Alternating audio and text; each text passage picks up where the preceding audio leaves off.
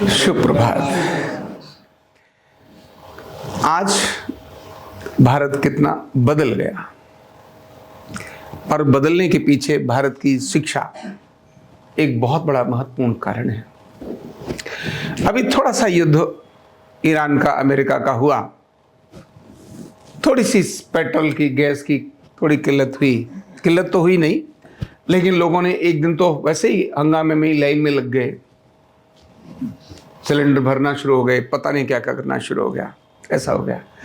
मतलब कठिन काम को करने की आदत ये बहुत कम हो गई। उसका कारण है विद्यालय, शिक्षा जहां से मिलती है, कंफर्ट जोन रहता है वहां। परिश्रम एक डिफरेंट प्रकार का तो है, शारीरिक नहीं है, मानसिक परिश्रम तो बहुत है। गुरुकुल और विद्यालयों में, आप भी आज के विद्यालयों में, ये फर्क था। पहले का जो गुरुकुलों में सीखा हुआ जो बालक होता था, युवक होता था, अपने शरीर पर जबरदस्त परिश्रम करता था, इतने परिश्रम करता था कि उसके बाद वो घंटों घंटों अगर धूप में उसको कहीं जाना पड़ रहा है तो कोई फर्क नहीं है। युद्ध लगातार युद्ध कर रहा है तो उससे कोई फर्क नहीं है।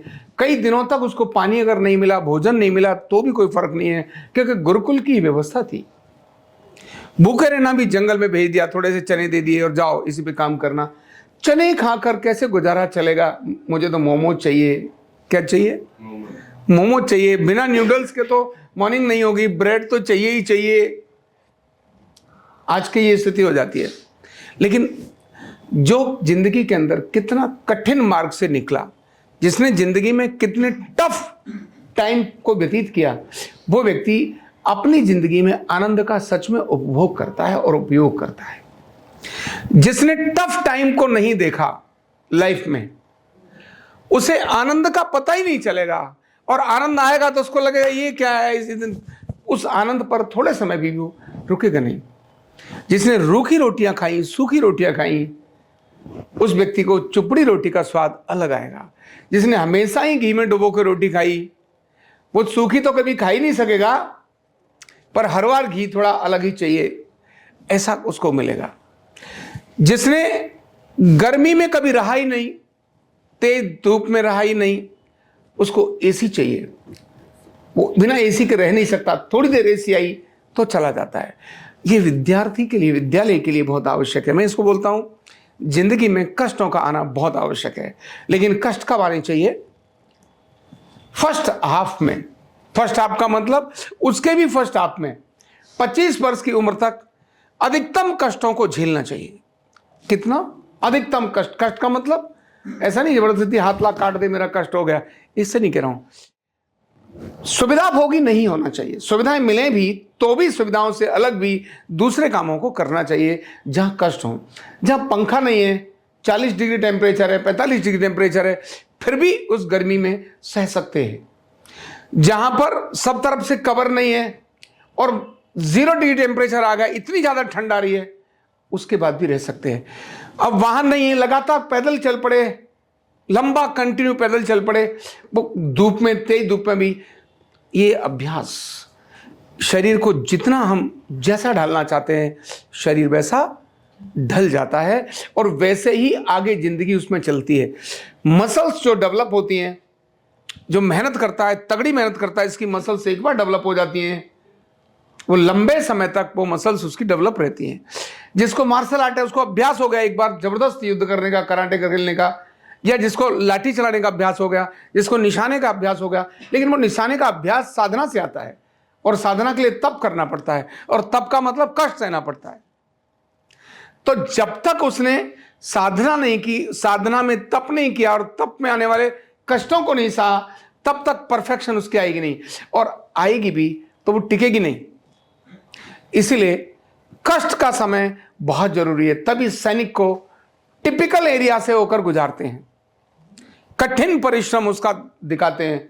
जहां एकदम थक गया, अब एक भी कदम मुझे नहीं चला जाएगा वजन लाद कर, फिर भी कहते हैं एक कदम और। भयंकर पानी में, सर्दियों में भी पानी में उतार दिया, सिकुड़ रहा है लेकिन फिर भी जा रहा है। इससे शरीर ढलता है, वैसा शरीर बनता है। जब सुविधा भोगी शरीर हो जाता है तो उस समय ये कठिन मार्ग आते हैं तो व्यक्ति रोने लगता है। और जब सुविधाभोगी शरीर नहीं होता, कठिन मार्ग आते हैं, तो उनको निकलते हुए जिंदगी में वो व्यक्ति बहुत आनंद लेता है। तो इसीलिए विद्यालयों के अंदर एक श्लोक होता था, और वो होता था विद्यार्थी के लिए, विद्यार्थी के लक्षणों को कहा जाता था काक चेष्टा वको ध्यानम स्वान निद्रा तथैव च अल्पाहारी, आगे क्या है, गृह त्यागी विद्यार्थी पंचलक्षणम। काक चेष्टा बको ध्यानम स्वान निद्रा तथैव च अल्पाहारी गृह त्यागी विद्यार्थी पंचलक्षणम। लक्षण विद्यार्थी के बताए, क्यों?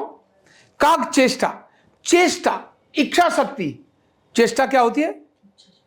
इच्छा शक्ति, सीखने की ललक, ये भी सीखूं, ये भी सीखूं, वो भी सीखूं, अच्छा ये भी, चेष्टा, चेष्टा मतलब इच्छा शक्ति। इच्छा शक्ति नहीं होती ये सीख लो, छोड़ो ना कल सीख लेंगे, तो क्या ये इच्छा शक्ति है क्या? नहीं। तो आज करे सो काल कर, काल करे सो परसों, जल्दी जल्दी क्या करता है, अभी पड़ी है बरसों। ये काक चेष्टा नहीं हो सकती। कौआ क्या करता है चेष्टा में, उधर देखा टक ऐसे मुंह मारता है, इधर देखा टक ऐसे मुंह मारता है। कौआ है, गंदी चीज में मुंह मारता है, लेकिन चेष्टा उसकी बहुत अच्छी है। उस चेष्टा को समर ऋषियों ने कहा काक चेष्टा, काल करे सो आज कर, आज करे सो अब, पल में प्रलय होएगी, बहुत करेगा कब। तो भैया काक चेष्टा, बको ध्यानम, बगले जैसा ध्यान। बगले का ध्यान कैसा होता है? कंसंट्रेशन। वो ऐसे घंटों घंटों देखता रहता है, इस एरिया में मछली आएगी, अगर वो थोड़ी भी उछली तो उछलने से टक ऐसे जाके वो कंटिन्यू ध्यान, कंसंट्रेशन। ध्यान मतलब कंसंट्रेशन। आप जिस काम में लगे, जो भी काम कर रहे हैं, वहां कंसंट्रेशन, आपकी एकाग्रता है कि नहीं है? हाय तो यहां पर है, बैठे तो यहां पर है, ध्यान चला गया, चले यार फिल्म देख करके आते हैं, इशारा हो गया, करे काम करें, बोले गुरुजी की क्लास खत्म होते ही चले यार फिल्म देख करके आएंगे, जो भी कुछ करेंगे। तो ध्यान कहां पर है? कहीं और। तो ध्यान जहां होगा, where focus goes energy flows result follow. जहां ध्यान जाएगा एनर्जी हमारी वहीं लगेगी और रिजल्ट भी वैसे ही आ जाएगा। तो काक चेष्टा बको ध्यानम स्वान निद्रा, नींद कैसी? कुत्ते जैसी। कुत्ता, अरे कुत्ता है तू, अरे कुत्ता से भी सीखा है हमारे देव ऋषियों ने। कुत्ते जैसी नींद, नींद मतलब थोड़ा 10 मिनट भी सोए नींद पूरी, 1 घंटा सोए नींद पूरी, तुरंत किसी ने खटखट की तुरंत जगी। ऐसा नहीं घोड़े बेच के सो गया है, क्या बोलते हैं, जब ये सोता है ना तो कितने भी यहां से लोग निकल जाए पता ही नहीं चलता। नहीं, सजग मतलब सो रहा है, लेकिन कैसा? स्वान की तरह से, कुत्ते की तरह से सो रहा है। 5 मिनट में नींद पूरी। यह अभ्यास बड़ा जरूरी है। आप अपनी जिंदगी में काम करते हैं, काम करते करते बहुत बार आपकी नींद पूरी नहीं होती है। उस नींद पूरी होने को कैसे आप 5 से 10 मिनट के अंदर पूरी करके फिर से एनर्जी के साथ लग जाते हैं। यह स्वान निद्रा, ये अभ्यास विद्यार्थियों का अभ्यास है। तो काक चेष्टा बको ध्यानम स्वान निद्रा तथैव च अल्पाहारी, मतलब कम खाने वाला, क्योंकि ज्यादा खाना खाएगा तो क्या होगा? आलस आएगा, मोटापा आएगा। मोटापा तो आता ही नहीं है, खाने से कभी भी मोटापा नहीं आता, खाने से कभी भी मोटापा नहीं आता। मेरे यहाँ कई सारे छात्र जो यहीं पर आरोग्य पीठ में आए, और एक छात्र तो ऐसा था जिसको मैंने पढ़ाया, मुझे तो बाद में पता चला जब एक दिन मैं अपने साथ लेकर गया एक जगह खाना खाने के लिए, तो मैं तो 5-6 रोटी खाई तब। उसकी स्पीड भी अच्छी थी, तो मेरे पास रोटी आ रही थी, आते आते मैंने उसको 12-13 रोटियां तक उसके पास चली गई। तो मैंने कहा चलो, मैंने ठीक है आप रहने दो, अब नहीं खाएंगे। तो उसने ऐसे देखने के बाद लो ठीक है, चला गया। अगले घर कहीं और गए थे हम उसके साथ लेकर, तो वहाँ समोसे थे। अब मेरा मन तो नहीं था क्योंकि मैंने तो खाना खा लिया। तो मैंने कहा भाई तुम लोगे क्या?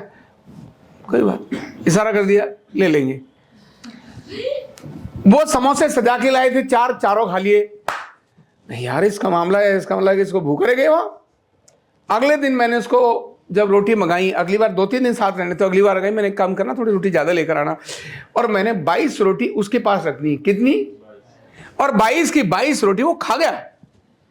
सूखी सब्जी, कोई गीली सब्जी भी नहीं थी, आलू की ऐसी कुछ थी, वो 22 की 22 रोटी खा गया। तब मुझे समझ आया, मैंने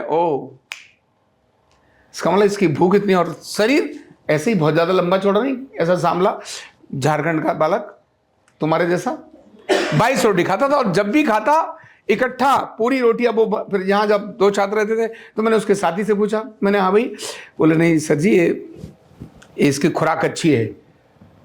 22 रोटी एक समय में, और ऐसी बार 3 बार खाना दिन में। कितनी बार खाना? 3 बार खाना। ये तो वो था जब घर में खाता था वो। अगर कहीं दावत में जाता था तो 30 से भी ऊपर कोई मना नहीं करता था वो कि 30 रोटी भी चलेगा। अभी भी है वो 30 रोटी। अब तो हम नजर लगाते रहते हैं उसको, लेकिन तो भी, लेकिन उसके बाद नींद आती है। जब सो गए तो सो गए। तो अल्पाहारी, कम खाना, अध्ययन तभी होगा, तभी अलर्टनेस होगी। जैसे ही आपका खाना आपको नशा कर देगा, तब आपकी काकचेष्टा नहीं रहेगी, आपका बको ध्यान नहीं रहेगा, और आप आज के काम को कल पे टालोगे। अल्पाहारी गृह त्यागी, घर के को छोड़ना। घर में क्या है? मम्मी, मेरी मम्मी, मामा मामा मामा जो भी रहता है, पापा। घर को छोड़ने से डेवलपमेंट प्रारंभ होता है। घर भी एक विद्यालय है, वहां के संस्कार भी हैं, लेकिन गृह त्यागी, गृह का मतलब केवल माता पिता नहीं, एक जगह फिक्स होने का आकर्षण त्याग दे दो। कैसा? एक जगह फिक्स होने का आकर्षण, भाई वहां से नहीं मौसी के चला गया। अब क्या था, मैंने गृह त्यागी हूं, मौसी का आ गया हूं। बोले अब नहीं रहूंगा तो मौसी के ही, तो वो गृह त्यागी कहां है? जिसको स्थान का आकर्षण न हो, मतलब गृह त्यागी। काकचेष्टा बको ध्यानम स्वानिद्रा तथैव च अल्पाहारी गृह त्यागी। जब ये लक्षण आते हैं तो इनसे व्यक्ति में तप जागृत होता है। क्या जागृत होता है? कष्ट सहने की इच्छा आती है, और जब कष्ट सहने की इच्छा आती है तो वह जिंदगी में सफल बनता है। और तभी इतने सारे जहां भी कष्ट आते हैं वो किन को अधिक आते हैं? जो सुविधा भोगी होते हैं। थोड़े दिनों के लिए मोबाइल बंद हो जाए, पसीना निकल जाता है लोगों का, मोबाइल ही नहीं है मेरे पास। थोड़े दिनों के लिए भोजन की कट आ जाए तो दिक्कत हो जाती है। नहीं, जो जितने कष्ट सहेगा वो उतना मजबूत होगा। No gain, no pain, no gain. बिना दर्द के व्यक्ति में विकास नहीं होता। बिना दर्द के बिना कैपेसिटी नहीं विकसित होती। कैपेसिटी कब विकसित होगी? जब व्यक्ति उतना परिश्रम करेगा, पराक्रम करेगा, तो कैपेसिटी विकसित होगी। हमारे विद्यालयों के अंदर ये प्रारंभ का क्रम था ही। आज भी इसी प्रकार के क्रम की आवश्यकता है। इसी प्रकार के क्रम की आवश्यकता है। जहां जहां ये क्रम रहेगा, उन्होंने जिंदगी भर सुख और आनंद उनको मिलेगा ही, और जहां ये क्रम नहीं रहेगा उनको सुख और आनंद नहीं मिलेगा। Thank you so much. Neurotherapy का कंप्लीट कोर्स सीखने के लिए जुड़िए हमारे ऑनलाइन ट्रेनिंग प्रोग्राम से और जानिए करीब 100 बीमारियों का इलाज बिना दवा और बिना मशीन के। इस न्यूरोथेरेपी ऑनलाइन ट्रेनिंग प्रोग्राम से आप घर बैठे बन सकते हैं गवर्नमेंट सर्टिफाइड न्यूरोथेरेपिस्ट। रजिस्ट्रेशन के लिए नीचे दिए गए नंबर पर अभी कॉल करें। और हाँ, हमारे वीडियो को लाइक करना, शेयर करना और चैनल को सब्सक्राइब करना बिल्कुल भी ना भूलें। धन्यवाद।